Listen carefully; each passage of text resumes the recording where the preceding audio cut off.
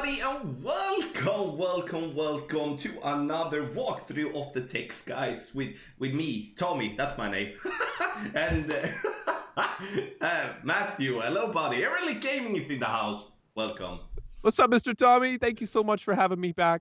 Honestly, I'm so super hyped, really. It was a long time ago we did this. You know, I've been postponing, you know, just blaming my baby boy, you know, for not having time. RJTV as well. Welcome, sir.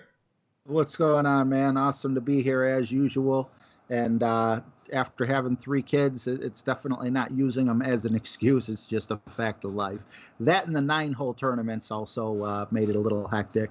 Holy cow. Yeah, really, the 9-hole tournament. Are we happy that we haven't had anyone this week, or are we sad about it? What do you guys think? Yeah, it's a little of both. I think it's good when we have them every couple of tournaments, but maybe not back to back. Yeah, I don't mind having them every week because I love getting on and streaming and being with the crew. However, you know, it is a lot. It is a lot. I could see myself getting burned out. So I am enjoying the break. It has been an insane time, really. As you said, we have mini tournaments, we have had a major, and now it seems like we're back to a regular schedule. But that means that we are going to go into this tournament a little bit more relaxed. And, you know, maybe we can see ourselves performing a little bit better, you know, in the end. You know, I don't know if you guys are watching, I've been performing really well, but at least for myself, you know, that's something that I look forward to. But, you know, we're gonna talk about all the text guides, the general text guides for the Acacia Reserve, which is the course that we're gonna play in the Safari Sunrise tournament. Matthew is going to cover rookie, RJ is going to talk about pro and expert, and me myself, I'm gonna talk about master. And as always, use the comment section below and ask questions, whatever question you might have. And, you know, whoever that see the question, doesn't matter if Matthew, RJ, or me, we're gonna be there to try to help you out. And as well, don't forget to subscribe to all of our channels. You can find, obviously, my channel, Golf Clash Tommy. You have Erelic Gaming as Matthew's channel, and then it's RJTV as Roy's channel. It's not often I say his first name that way, but that's that sounds good. So press the subscribe button, that's gonna be awesome. Also, the ultimate tournament text guides, best guides on the market, you find the link to patreon.com/golfclashtommy in the description down below. So just some final thoughts here before we start, guys. What do you think is gonna be the score to qualify for the weekend round? Then we're gonna take the winning score in the end. Boy, I'm always so generous. I think it's going to be lower than I usually think. I think rookies are going to get in with a 10 or an 11, no problem. Oh, yeah, just getting in, I would say probably 10 or 11. If you get a 10, you're going to be watching on the bubble. If you get 11, you should be safe. But, you know, we never know with the wins that they have. There might be more gimmies than not. So don't hold me to it, because we're not privy to that information until you guys are. I really wish we would, but, you know, we're gonna obviously have to guess. But I see the same as you guys. I think, you know, in the start, as always in Master, a lot of people are practicing. So if you're gonna take a stab at Master, might do that on Monday to get yourself through, maybe with a -8, 9, 10, depending on the wind. But then obviously coming day 2 and day 3, I'm thinking, you know, -12 is gonna be needed, which is supposedly to be the, you know, par score or whatever we can call it in Master. But let's get on with our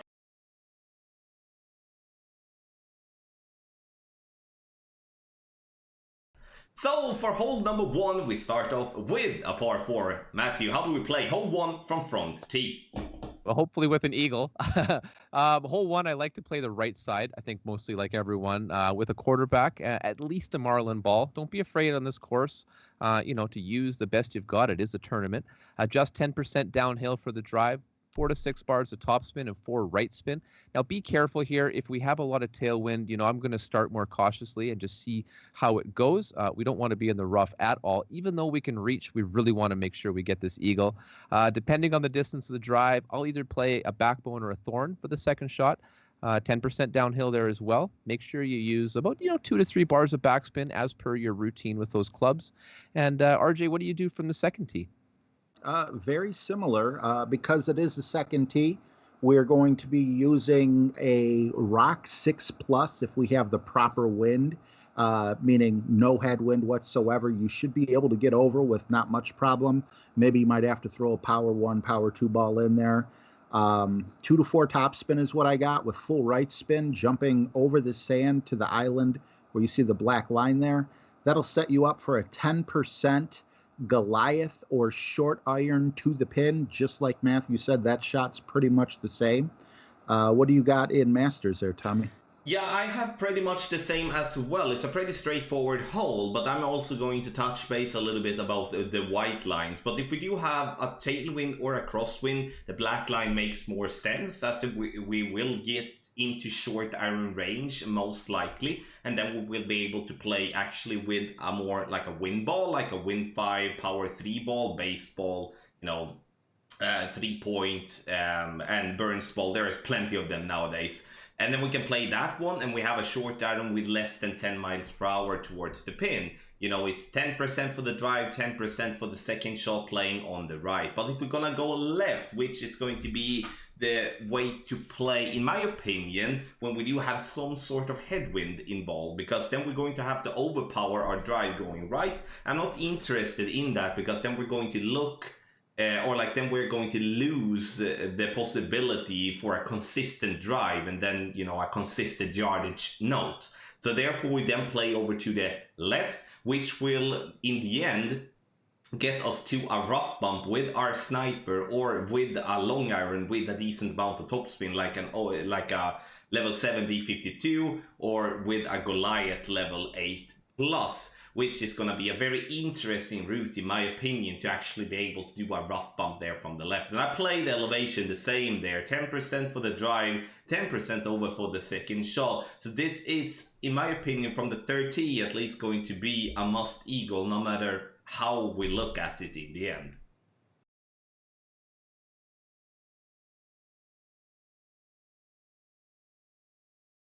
Hole number 2, the first of the par 5. I don't like this one, but that might just be me. Matthew, how do we play hole 2 from front tee? Well, this is it's a long par 5. I think most rookie players should be playing really just for the eagle, and because even that's not guaranteed. You'll see a few albatrosses, but not really.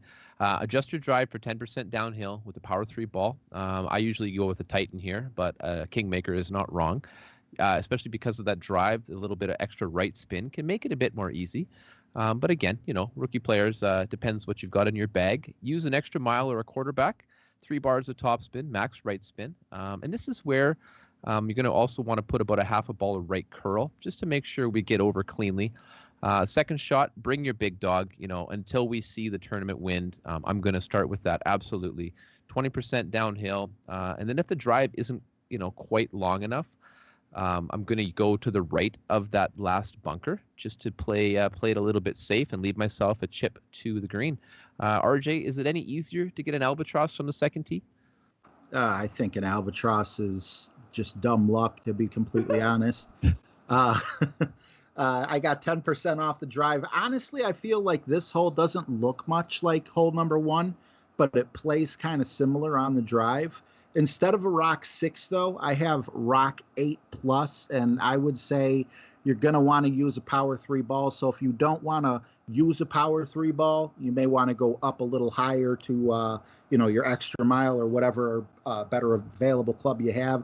You don't need much topspin, as that little pad of fairway there isn't very large, usually about 2 or 3, but again, this is all wind dependent. I go with full right spin, and I use about a half ball of right curl. Depending on how my ball guide looks on that second patch of fairway will depend on how much curl I add after I've already added the full right spin.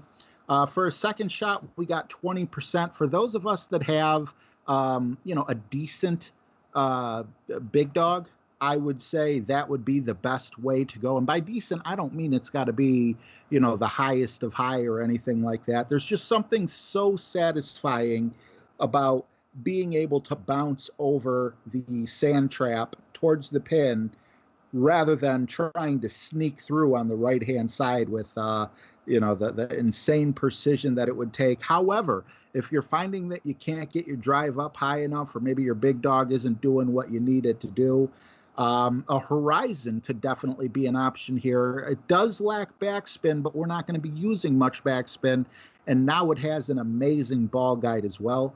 Either way, I highly recommend this to be one of your shots that you bring a power 3 ball minimum, no matter what, not for the drive, but for the second shot, which is 20% if I haven't mentioned that. What you got for us, Tommy?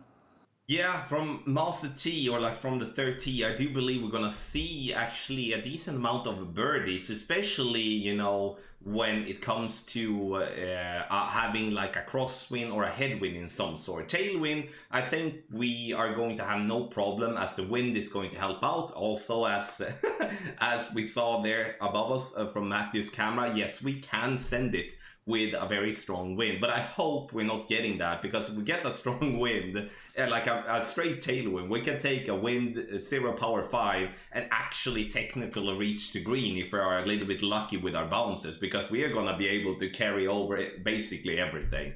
And I hope it's not going to come to that, because this is a hole that I think is going to be played based by, you know, skill, meaning that we have 2 shots that we're gonna do well to either get a drop or just lock in the eagle. So if we're gonna pretend that we're not gonna have a good tailwind here, then we're going to have to play over to the right, as both of the fine gentlemen has explained. We play the same way, using as much side spin to the right possible. The more side spin, the better. So I would suggest actually a power 4 ball, side spin 3, like a Kingmaker X. In a worst case scenario, I would like to see a cyber ball, side spin 2, win 4, and power 4. And obviously, for those of you not having any of them, we can go up and play with a power 5 ball, using a power 5 side spin 1, and then wind 3, like a season 18 stealth ball or something like that. Just get it over there, because in the end, I'm not looking at this one as an albatross hole. I'm looking at this one as, how should we get the eagle in the most, like in the easiest way possible? And then the correct ball is gonna be very handy here, or like come very handy here. Cataclysm for the second shot. If you're playing Master and you're not even having the Cataclysm level 4, I think it's not maybe time for you to play Master. So Cataclysm level 4 as minimum. And then you're gonna bounce yourself over the bunker, getting yourself to the pin. Make sure that you are really noticing the fact that you do not need that much backspin to bounce over the bunker, as using too much backspin you're going to end up in the bunker, especially if you bounce on the downhill slope that is just before the bunker. So there's a lot of technicalities here for this hole, and I do guess that this is going to be a hole that we might gonna have to, you know, scrap a little bit and then focus on the other ones to get our drops. 10% over adjustment for the drive, 20% for the second shot, exactly as from the other tees.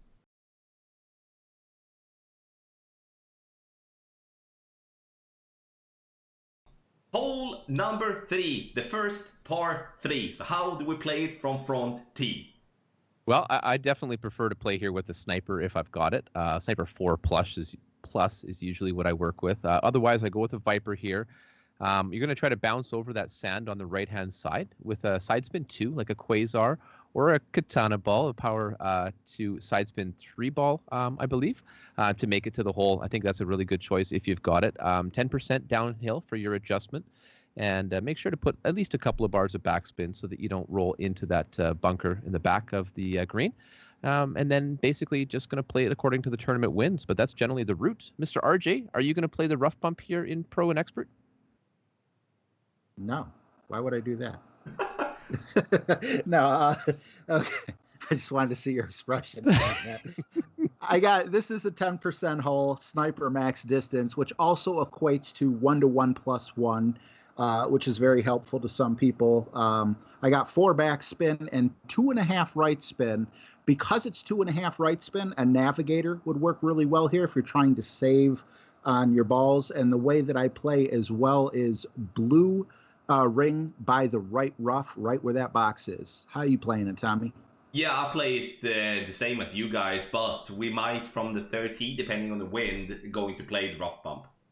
But I'm not going to go into any details with that, because it kind of depended on having at least, you know, a crosswind, if I'm not mistaken, because with a straight tail we're gonna go in between clubs. That's at least what I remember it as, but we haven't played this hole many times from the 13 tournament, so I'm gonna leave that aside for now. But if we're gonna play with a fairway bounce going towards the pin, side spin 3 ball from 30, then we can kind of, sure, we might not need all the side spin 3 if we do have a wind coming left to right, but if we have a wind coming right to left, we most definitely need all the side spins. So a wind 5, power 1, side spin 3, feather, Daruma, or Kraken. I love that ball. Those type of balls is the way, the ones that I would go to at least as a start, and then we don't really know where we're gonna end up in the end. From the third tee, as we play a little bit higher up than from the second and front tee, we play 20% over adjustment, so the elevation is slightly changed compared to the other tee boxes here on hole number 3.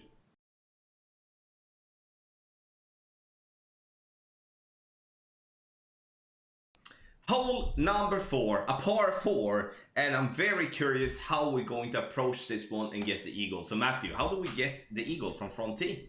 It's definitely makeable here. I play the drive 0% elevation, power 1 or better ball, typically with the extra mile. You know, I'm going to add maximum top spin, maximum left spin, and you're going to bounce following the black line typically. But you want to make sure to bounce on the top of that first fairway, right where that black box is. Don't get too close to the edges. Otherwise, your ball can do some pretty sad things like clip the rough or even end up in that bunker. And then basically, you know, try to roll it up as far as you can and close to that second black box. And the second shot is also played at 0%. I think most players here are going to bring a Hornet if they have it for its top spin and attempt the rough bump to the pin. However, don't discredit the straightforward approach with the Thorn. That rough bump has proven to be a little bit unreliable for me in the past. So, I mean, it depends on your preference. Definitely are both options. So, I mean, it's going to be an eagle hole, though. That's the bottom line, right, Mr. RJ? Show us the way, my friend, to another eagle on the par 4. You know, it was funny. We were just reminiscing in between shots. This is actually the one where Tommy was gracious enough to caddy me, and you know, he just told me numbers over the stream, and I dropped it, and I couldn't believe it. Amazing time. I think that was not the last summer major, but the major before. I'm not. Anyway. I have Thor's hammer, and I also have, you know, or whatever driver you have that has a lot of top spin and distance. Technically, if you know you're going to hit perfect, you could even use a big topper here in a lower level.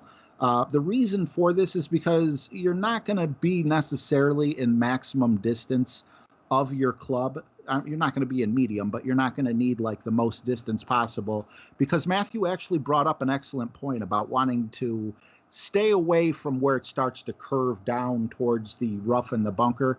I actually tried, while making my notes, I tried experimenting with that. And technically there's something that can work because it's dome shaped. If you land your ball on the downside of that dome, you could get a longer bounce. It's kind of like a fringe glitch. Your ball will shoot out instead of up a little bit more. But unfortunately, I did end up in the right rough. So I would have had to put a little left curl on it. And I don't know how consistent that shot is. So if you just play it straight up exactly the way Matthew just said it, you should be left with a short iron shot, or if you get enough top spin on there going, possibly even a wedge shot. And yeah, you could either play the rough bump, or if you're not comfortable with that, bring something with a lot of backspin like a Thorn. How are you playing that, Tommy? We're gonna play the same way as you guys so explicitly said, or like exemplary. I didn't find the yeah, okay. Woo-hoo! Yes, we're gonna play right side, and we're gonna bounce on the fairway over to the, you know, continue to be on the fairway, and we want to get to minimum distance short iron. Thorn, Falcon, Hornet, you know, I don't care. Play with the one that you feel the most comfortable with, that will get you the drop. Because that's the only thing that matters on this hole here. Sure, with a massive headwind, or like a straight headwind in your face, and you're not able to use any type of wind 5 balls, like a baseball and Burns ball, 3-point ball and stuff like that, then you're forced to play left side, the white line. And if you're gonna do that, then it's it's not game over for the eagle, but you're not gonna win the tournament. That I can actually stretch it to that at least. So here, be prepared using some type of wind ball if you do have a straight headwind, but with any other type of wind, we should be able to just get it down there using yardage notes. So every time you make your drive, if it says 350 or whatever it will say, write it down, and you know, so you get that one dialed in as soon as possible. My goal is to have this one dialed in with yardage notes already by Monday. And in that way, I can then focus on the other holes, because then I already have that dialed in, because I've already made my homework. If you do the rough bump, have in mind that it is a bit finicky to play that one due to the fringe can cause problems.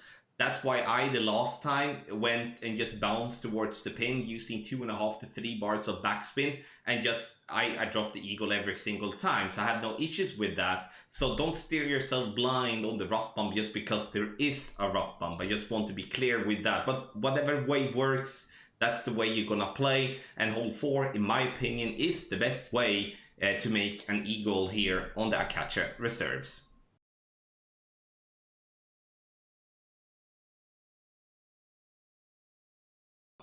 Hole number 5, ladies and gentlemen, a tough par 3, so I'm very curious on how do we approach this one from front tee. Well, it definitely plays, I think, differently from the first tee as it does the second and third tee. I don't see us needing any right spin or left spin, just a couple of bars of backspin. But let me back it up and just say that I play the shot with 0% elevation, a marlin ball, and I'm typically playing this shot. Did I say the backbone? Yeah, I like to play it with the backbone. There is also a rough bump option here if you're interested. It's not so much for me in rookie with the lower level ball guide. However, depending on your clubs, it's certainly an option. Whatever you do here, make sure you have a consistent landing position. So where that black box is, I like to play it up just slightly from there with the red ring touching the rough. So yeah, this is a tough hole, but I think we're definitely going to get this one dialed in. Mr. RJ, how do you get the hole in one here? 10%. Sniper, usually at minimum distance with 2 backspin, full right spin. I set the ball guide up about 1 square left of the pin, but that could be wind dependent. And then I got the blue ring by the right rough. There is also a rough bump, as you also alluded to. That's not actually a bad option. I just haven't been trying it so much. And because I love helping you guys out as much as possible, I've been trying the sand bump as well, but I can't get it to come out of the sand. So I'm still working on that one. What you got, Tommy? Okay, 30. I must say that this is going to be a very difficult par 3 from 30. I remember it from the last time, and we had a major issue with that we came in too hot. Like, even if we used a lot, like, even if we offset the ball guideline to be short of pin, we did come in hot due to it's very bumpy, and you don't really know where, if the ball is gonna take some speed and just massively roll towards the pin. So I think that this is going to be just a purely birdie hole in general here from 30, and I would really recommend to use side spin 3 ball in any form, because as Matthew said, the angle towards the pin is going to change drastically. And if you're noticing the third tee box that I zoom in right now, that tee box is going to be basically having the complete bunker in our face. So we need to go left, and like we need to come from left to the right with this with using the side spin. 10% over adjustment is what I'm playing from 30 as well, and be really careful with the bunker to the right, because in the end it's not worth pushing it as hard that we risk going into the bunker if it's not a money shot that we would get a hole in one if we are hitting perfect instead, as it is otherwise. Rough bump, I remember it as that we didn't have the side spin enough to do the rough bump due to the wind wasn't coming left to right. If the wind comes left to right, it's going to be much easier for us to play this hole. If the wind comes right to left, yeah, be prepared for a very tough par 3.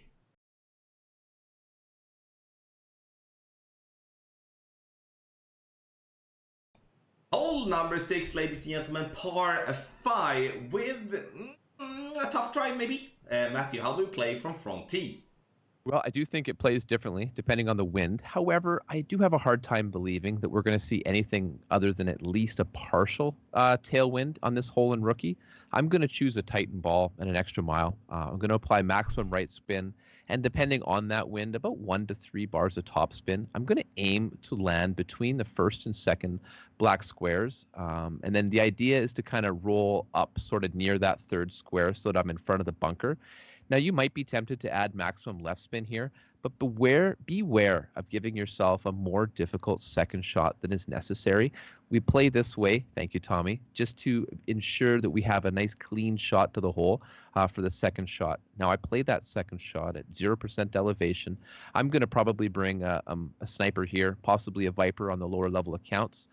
Typically, I need about 2 bars of backspin to give myself a very, very realistic chance of an albatross. RJ, my man, tell me about the second tee technique. Well, we actually have an elevation change here, so we are looking at 20% instead of 10% for pro and expert. You're going to want at least an extra mile 7. I have 7+ written down with full top spin, full right spin, and full right curl with, just like you said, a Titan ball. And we're going to land where the first black box is. And as you can see with the full top spin and just the curl, you're going to end up where the second black box is setting you up with a big dog attempt, or of course Cataclysm. Usually you're going to be set up in a way where you're going to want to go with full left spin and anywhere from 1 to a little bit more back spin, depending on the wind. That's what I got. Is there another elevation change for Masters, Tommy? No, like, obviously as elevation, I see that as a floating number. Like, we can play elevation in so many different ways, but I per default gonna play 20% over adjustment with the drive. And if we're not having a tailwind, like straight tailwind now from 30, then we're going to play according to the first black mark or the first black line to the left. Bounce over the bunker using approximately 6 to 7 bars of top spin, and then as much side spin to the right possible, then also as much curl to the right possible. I'm not ruling out that we're gonna see a power slice, I think it's called when it comes left to right, a power slice here, as to take away the risk with if we're gonna have to go with max overpower or something like that, then it's better to go with a power slice when we do have an open fairway and we do want to just have that, a better angle to the right.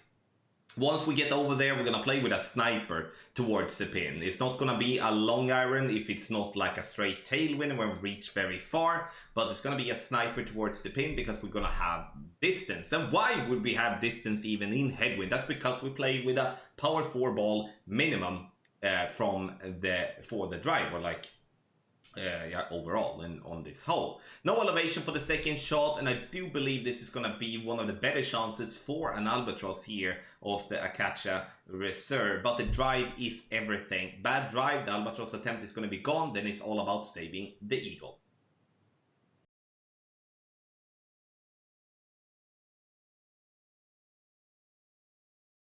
Hole number 7, the final par 3 here in the Safari Sunrise Tournament. Matthew, how do we approach this hole from front tee? Well, hole 7, I'd say if you're going to play a Kingmaker in rookie on any par 3, this would be the hole that I would recommend, just to have the most amount of wind reduction. At the minimum, pick a navigator here to cut down that wind, adjust for 20% downhill elevation from the first tee. And I'm going to use about 2 bars of backspin in most wind. But of course, there has been a lot of at least 1 par 3 headwind hole per tournament in rookie lately. So if it is headwind, make sure you back off that backspin. You're not going to typically need any side spin here. However, if there's a strong crosswind, it is possible you might use a bar or 2. RJ, will you be dunking hole 7? Absolutely. Absolutely. Yeah. Okay. Just bust out the big topper. That's my favorite one to dunk with. I actually have that we play this with 30% sniper. I keep the red ring by the top right rough. And when I say near, again, I don't want you going too close because we're talking about 30%. And as Tommy had mentioned in the previous hole, that's fluid. if you get like an 11 mile an hour or even maybe a 7 or 8 mile an hour straight headwind, that's going to compress your ball guide more than what you're used to because of the steep drop off from where you're hitting to where you're landing to where the ball's going to actually end up on the green. However, I've had wonderful luck with this particular hole just in Tour 9 play, and it's with that setup that I just basically mentioned. Like I said, the only time I ever get hurt is when we have a straight headwind in our face. If you have just and same thing, if we end up with a 12 mile an hour wind at our back, I would make sure that ball guide comes up quite a bit short. You might end up actually seeing, if you're following Tommy's text guides after playing the holes, depending on the wind, this could be a 50 or 60% elevation just to make sure that we're playing it safe enough not to end up in the bunker or overshooting it. What do you got, Tommy?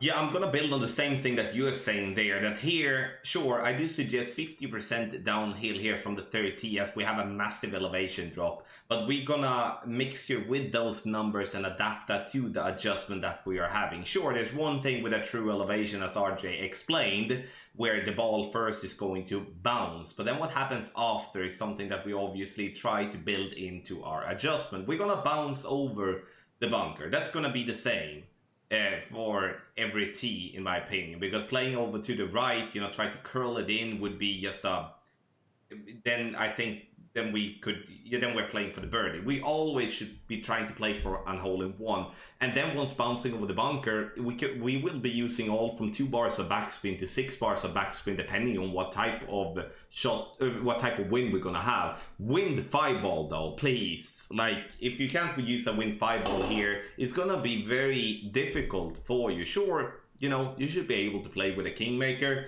but when it's such a massive elevation drop on this one, like a 10 mile per hour is more going to be like a 15 in terms of how that is going to be affecting your shot. And then to reduce the wind to play with 7-8 miles per hour, so we generally play with like a 10, 11, 12 miles per hour in type of strength based on how much is going to be affected by the wind, it's going to be a massive difference. So please use a wind 5 ball if you can, and consider this one to be a birdie hole. Anything else, or like not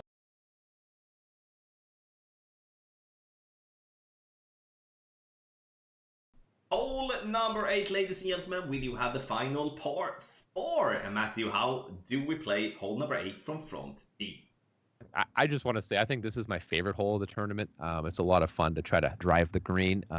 So basically, unless we have a headwind, which I really highly doubt in rookie. In fact, I can almost guarantee it on a par 4 we won't. I'm going to play this one with a Titan and my extra mile, and I'm going to aim to land sort of close to where that white square is. If you have like an extra mile 3 or 4, definitely play the black box, bounce it over to the right, 10% elevation. I think for most players here, we're going to see people going for it, if you will.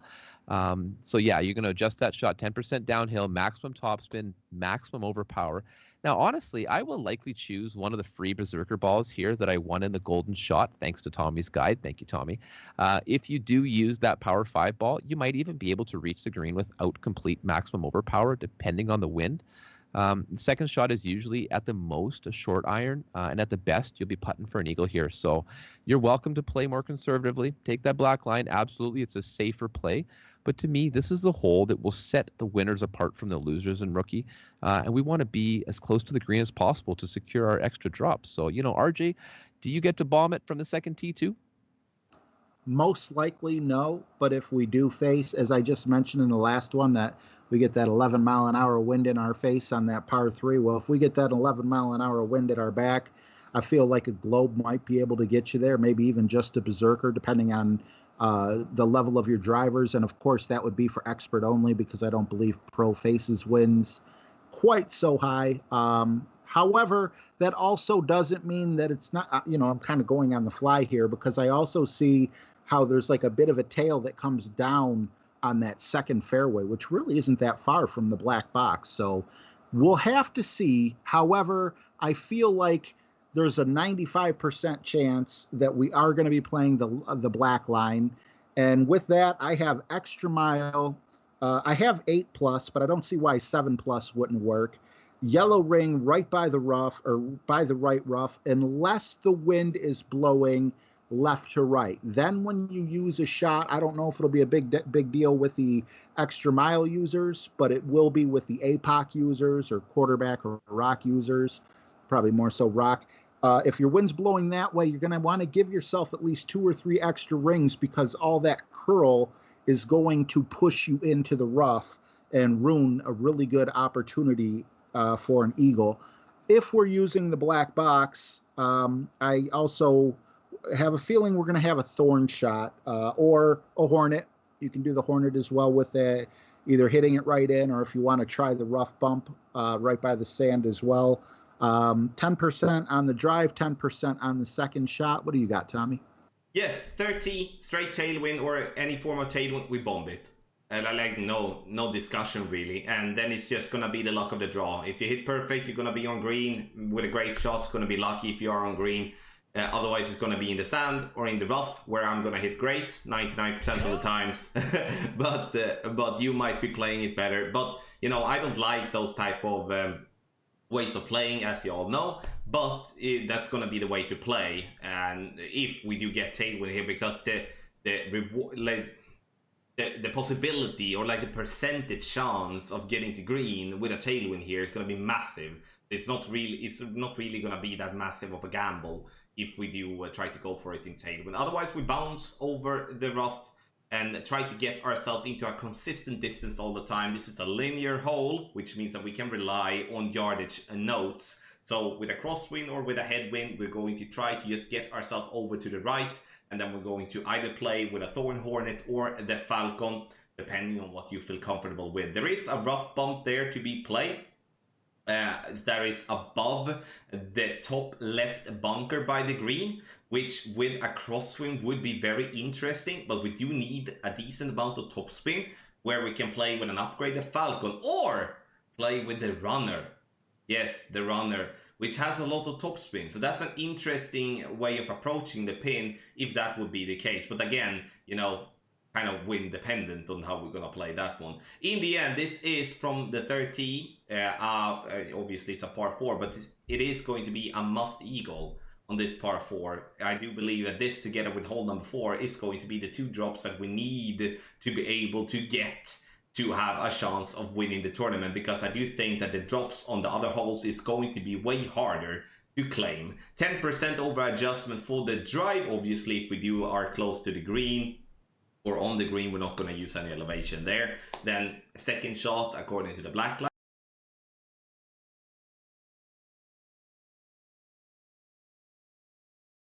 Yes, ladies and gentlemen, the final par 5, hole number 9, which is also the final hole in the tournament. So Matthew, how do we play hole 9 from front tee?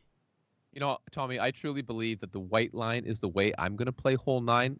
The black one is not wrong, but for me, I'm going to choose the extra mile, adjusted for 10% downhill, or your driver with the most power and topspin, choosing anywhere from a Titan ball to a berserker. Apply maximum topspin and as much overpower as you're comfortable with, preferably maximum, to get as far down that fairway as possible.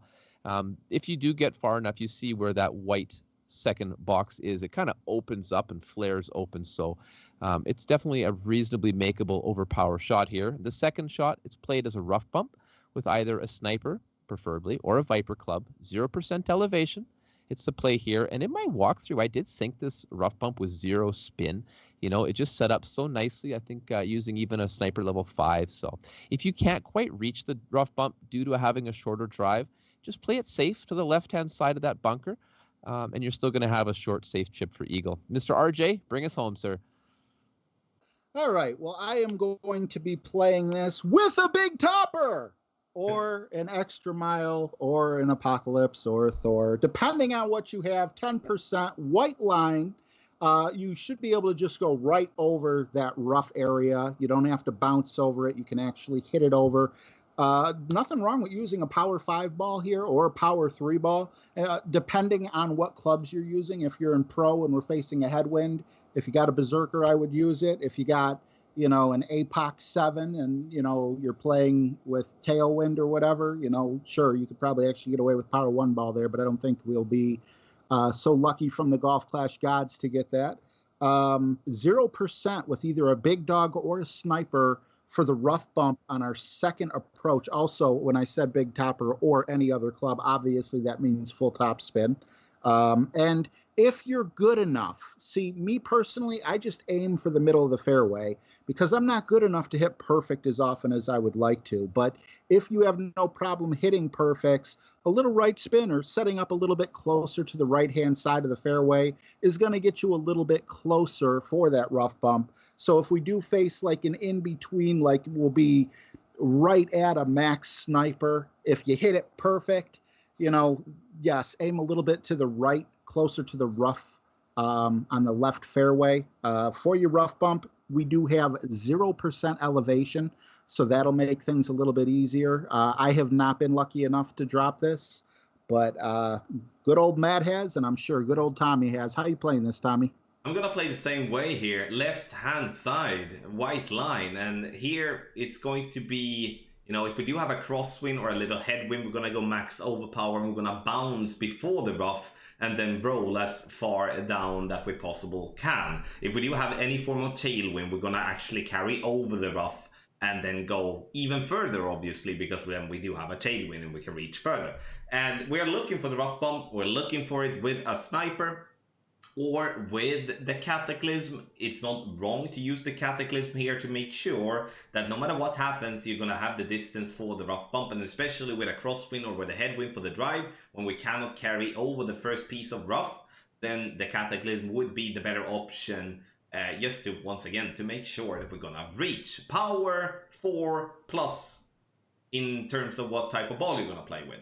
And it could be, and again, it's wind dependent. Like if we're gonna use wind resistance, like a lot of wind resistance, or, you know, a lower type of wind resistance ball. So in the end, we're gonna leave that towards the Golf Clash gods in what they pick as wind for us here. This could be actually a very good albatross attempt. It could also be a pain to actually get the eagle. So we'll see what type of wind we're gonna have. 10% over adjustment for the drive, nothing for the second shot, and then we have hole 9 from 30.